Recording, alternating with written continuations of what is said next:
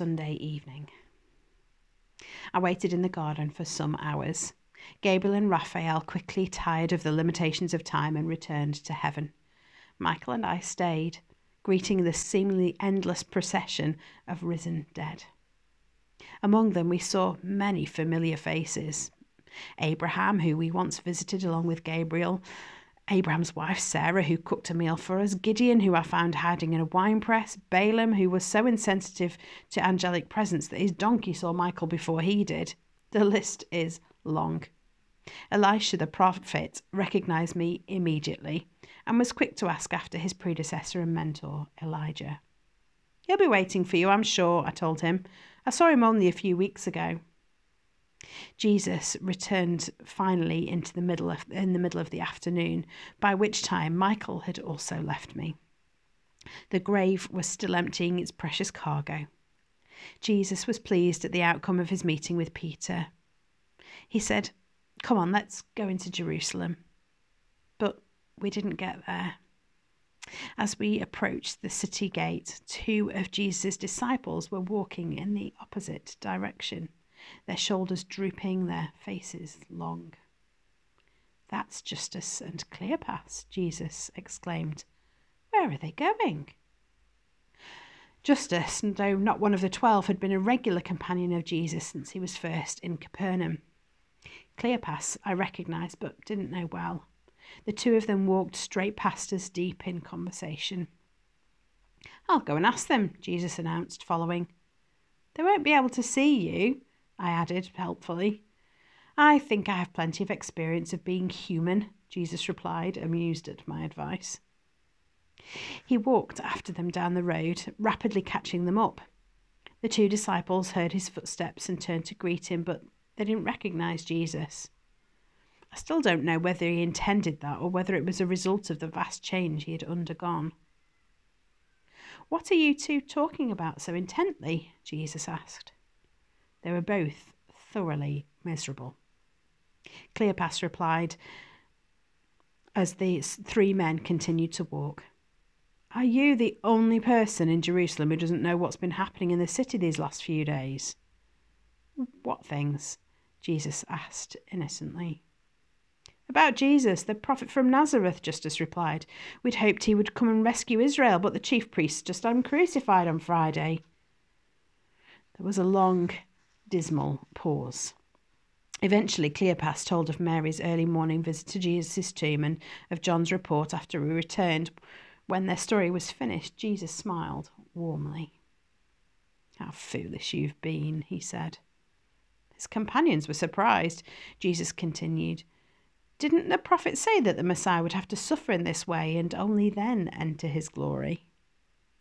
A small flame of hope returned to the men's spirits, and they invited Jesus to explain what he meant. So began a long conversation which lasted for all of their 2-hour journey. When they arrived at the village of Emmaus, Justus and Cleopas turned off the road, and Jesus made to bid them farewell. But Cleopas urged him to stay the night with them, as the sun was beginning to set. Then the 3 travellers had washed. Cleopas served a simple supper. He invited Jesus as his guest to give thanks to God before the meal. Jesus picked up the bread, spoke out a short prayer, and broke the loaf, just as he had on several occasions, and just as he had on Thursday night.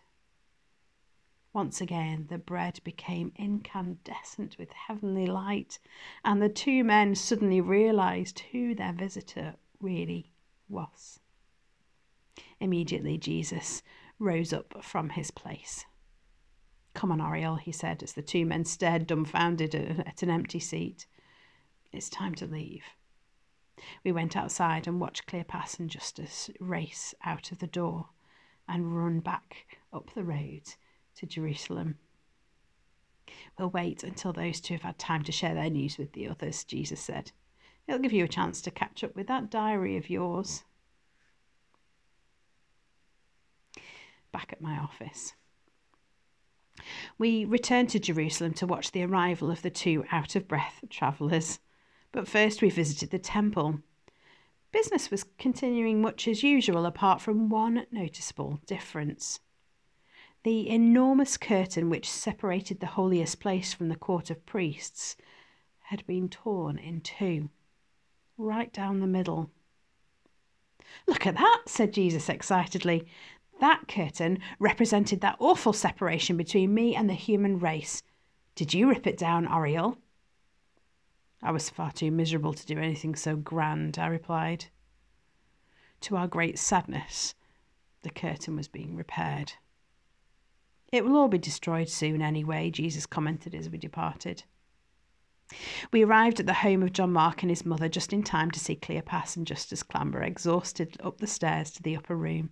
I went to follow them, but Jesus stopped me.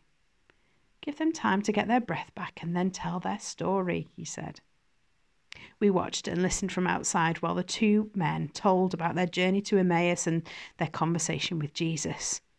The disciples then informed them of Peter's meeting with Jesus. When that was done, Jesus said, "Let's go in." As soon as we were inside, he dimmed his heavenly brightness so that his friends could see him. "Peace be with you," he said cheerfully.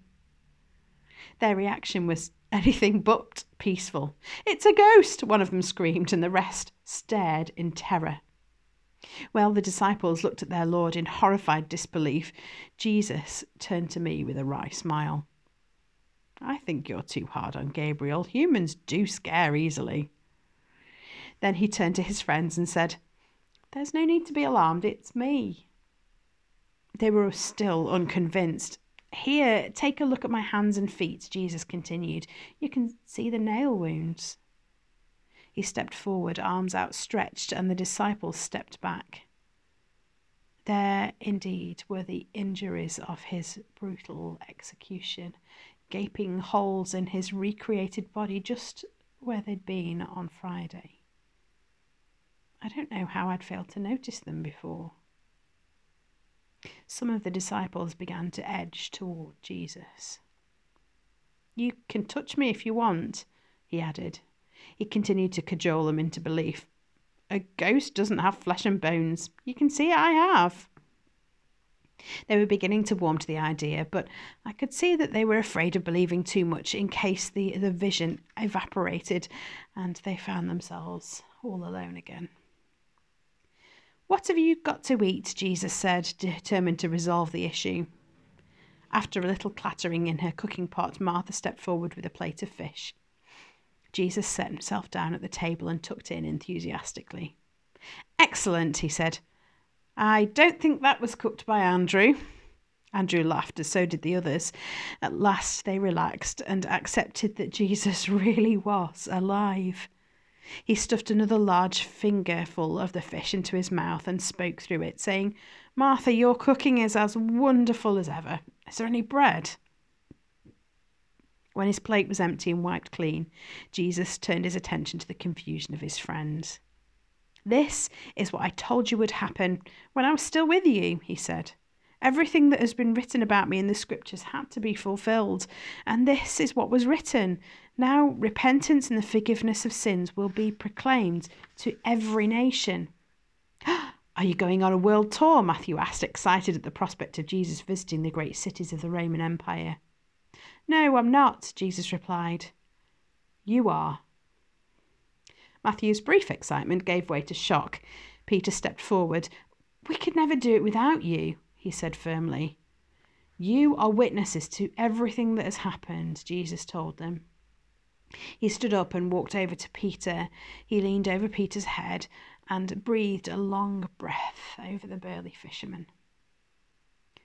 "Receive my spirit," he said, and then moved to Andrew. To Andrew he did and said the same thing. Jesus worked his way around the entire room, and as he breathed on each of them, something remarkable happened. The director, that most indefinable person of my boss's self, spread from the sun into the lives of his disciples. Each man and woman became noticeably brighter, and that new brightness had the unmistakable character of my boss's own life. And yet, as I watched in amazement, I could see that in every one of them, that light was different. The heavenly light coming from each disciple was a unique fusion of their own life and the life of the director. These human beings were becoming my boss's children right before my eyes. When Jesus had finished, he stood in the middle of the room and said, "If you forgive anyone their selfishness, they are indeed forgiven. On the other hand, if you deny anyone forgiveness, they are not forgiven." This confirmed my understanding of what had happened. Jesus had given these human beings an authority that no angel has ever been allowed, an authority that has, in all creations, been reserved to my boss, the authority to forgive sin. Then Jesus said, "Let's go for a walk." Everyone gathered their coats and followed their risen Lord into the night air. He led them out of the city and up the familiar road towards Bethany. I was pleased to see that he was walking with John. The two of them chatted animatedly. I was also pleased when he walked straight past the Garden of Gethsemane. I do not have happy memories of that place. At the top of the Mount of Olives, Jesus stopped and waited for his followers to join him. When they had all gathered, he said to me, "Oriel, it's time for us to go home." He began to say a prayer of blessing over his disciples, and as he did, he set off for heaven, returning to his full brightness as he went. We moved slowly until the end of the prayer, and then, instead of "Amen," the Son said, "Let's go." We returned to the timeless brightness of heaven to find the long line of people who'd been rescued from death being welcomed into life. Now that we were free from the narrow channel of Earth's time, we could see there were people among them from many ages and centuries. They were all filing into the gathering place of angels, which had been set with tables for a sumptuous banquet. At the entrance, my boss was greeting each one by name, and angels were showing them to their places. When Jesus arrived, a great cheer went up from both humans and angels. It was so good to see Father and Son back together as one. I watched them embrace and realised what a great strain their separation had been. The two of them began to dance ecstatically around the vast hall, accompanied by the singing of the assembled multitude. As I looked forward into my boss's timeless home, I saw that everyone who ever loved him was already gathered. Yet when I looked back towards earth, the shining men and women that I'd seen this morning were still arriving. Looking down towards Jerusalem, I realised that my boss's life was still stretched between heaven and earth, because the director was now living in the spirits of Jesus' followers, sharing the continuing traumas of human existence. The son and his dad danced their way up to me and stopped, radiant smiles dominating their faces. Angels began to serve food to those seated at the banqueting tables. The son led me out of the gathering place toward my office. We passed the open door to my boss's rooms. At my door, we stopped. "Thank you, my friend," Jesus said, looking deeply into my eyes. I basked in the delight of his company.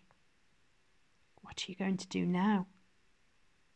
I thought for a moment and said, "I think I need a rest." He turned back towards the gathering place. "I'm going to a party," he said. "Do you want to join me?"